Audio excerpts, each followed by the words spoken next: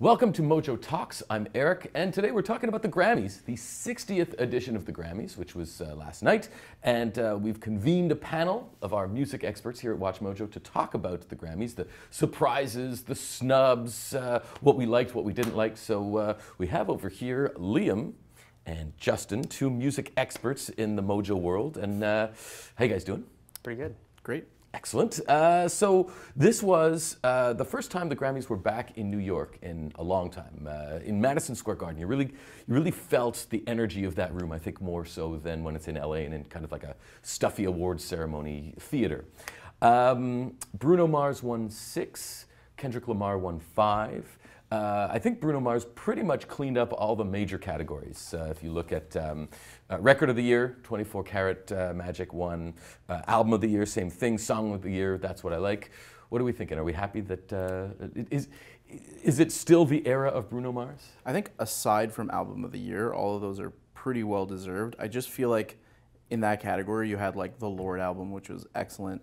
The Childish Gambino album, which was like out of nowhere, super great surprise. Kendrick, obviously. There was just a lot more to choose from. I felt like they could have switched it up. Bruno Mars felt like the safe pick in that category more than anything. We were talking about it last night, we were talking about it last night, and it felt like it was like one of the first years where like every nominee in that Album of the Year category was like strong, pretty, like very well chosen, and it was a very strong category. I think Bruno Mars was definitely the safe choice, and it was a little disappointing to see him win, especially when like Kendrick had such a strong album, Lorde had such a strong album, Jay-Z even like best album in years for him. Well, Jay-Z was I think the most got the most nominations and didn't win barely. Which is kind of disappointing. Yeah, exactly. I think. Great album this year. So, do we say that Jay-Z was snubbed? Is it fair to say that Kendrick was snubbed because he didn't win Album of the Year? I think so. Yeah. I think they, for some reason, they just don't want to give him Album of the Year. He was snubbed by Taylor Swift back in 2014 or 2015. Famously, like lost out to Macklemore in the best rap album category. That was really sad. Probably one of the best rap albums. They'll give him the airtime for performances, and yeah, they'll let him do whatever he wants for his like theatrical performances. But when it comes to giving him the credit he deserves for the awards, I guess it's not as fair in that regard. Well, let's talk about performances, because Kendrick started the show off with fire. I mean, that was you just felt that you could literally feel the flames searing through the TV. Let me ask you, top performances and also worst performances, because there were a couple of duds. I think personally the Childish Gambino performance, I thought the arrangement of it with everyone standing around the stage was great. His voice is just like out of this world. Amazing. He's come a long way from like his early rap days. I think he's killing it right now. Worst performance, I thought for me it was Sam Smith. I thought his song went nowhere. He was kind of drowned out by the choir. I just thought it was like a really boring performance, and I'm not huge on his music, so it's just kind of like, it was kind of like a lull in the broadcast for me. Yeah, just kind of the energy dipped. And it's kind of what you expect. I've never really seen him kind of, some people love his stuff. I'm not a huge fan, but I kind of feel you know what to expect with Sam Smith. He could have gone up there and sang "Stay With Me," and it would have been the same. Exactly. Thing. Yeah, 100%. A lot of his songs have a very similar kind of range to them. I'll leave it at that. But top and worst. I mean, like we already spoke about it, but Kendrick just came out right out of the gate, and like it was pretty incredible what he's able to do in like that setting.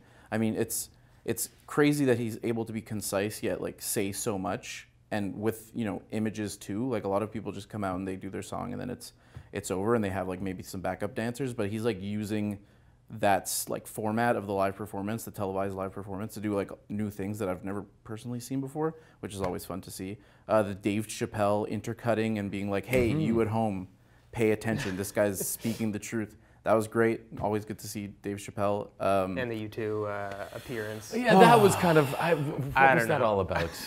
Not crazy about the U2 performance at all. I like that they advertised it as, oh, U2 is going to be like performing with Kendrick, but it was just Bono and The Edge. Yeah, and it was for like maybe 30 seconds, and then but worse than that, was the U2 performance on the river. Yeah, it was just kind of out of nowhere to cut away to like the Statue of Liberty. Like I get what they were trying to do, but it just felt it fell flat. Pre-recorded too. All I could think of was like it looked cool the way they were shooting it, but like all they were looking at was empty ocean. So when I like kind of caught onto that, I just like saw Bono kneeling in the middle of a body of water to no one. It just felt really awkward to me. But you were saying before, I don't know, you two, it's a sensitive area. I'm a bit of a U2 fanboy, so I was kind of excited to see so much time devoted to U2. I mean, I know they're very cheesy, but I don't know, I've got a weird thing about U2. So they were also part of what was a very political broadcast. I mean, you know, performing in front of the Statue of Liberty was kind of hitting you over the head. Mm-hmm. There was a lot. I mean, if you think about it, Janelle Monáe, Logic, Keisha, and Camila Cabello, there was a lot of political statements, all really kind of jammed into one space. Mm-hmm. And you were saying that you kind of felt that it was interesting because it was kind of all in one chunk of the show. Yeah, it really felt like they were like saving the political messaging for one really condensed segment, and just the fact that it wasn't just one thing that they were trying to hit on. It was so many issues. Like they talked about suicide, talked about immigration in the U.S. They talked about the Me Too movement and Time's Up movement. Yeah.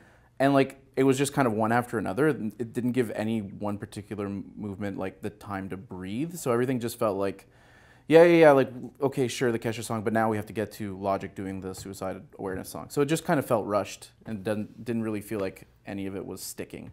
I did like the tribute to Tom Petty, though. That was that you know. There's I love Tom Petty a bit like you love U2. I'm a huge Tom Petty fan. I mean, liking Tom Petty isn't nearly as embarrassing as liking U2. So. But there were a couple of non-broadcast awards that I was very happy about. Yeah. LCD Sound System won for Best Dance or Electronic Song. Kraftwerk out of nowhere won for Best Dance or Electronic Album. Here's a weird one. Leonard Cohen won for Best Rock Performance. He has never won a Grammy before.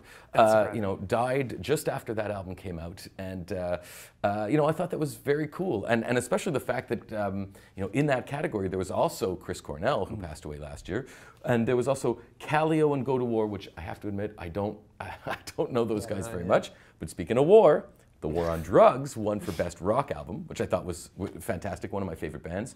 And they beat out Metallica, Queens of the Stone Age, Nothing More, and Mastodon, which is huge.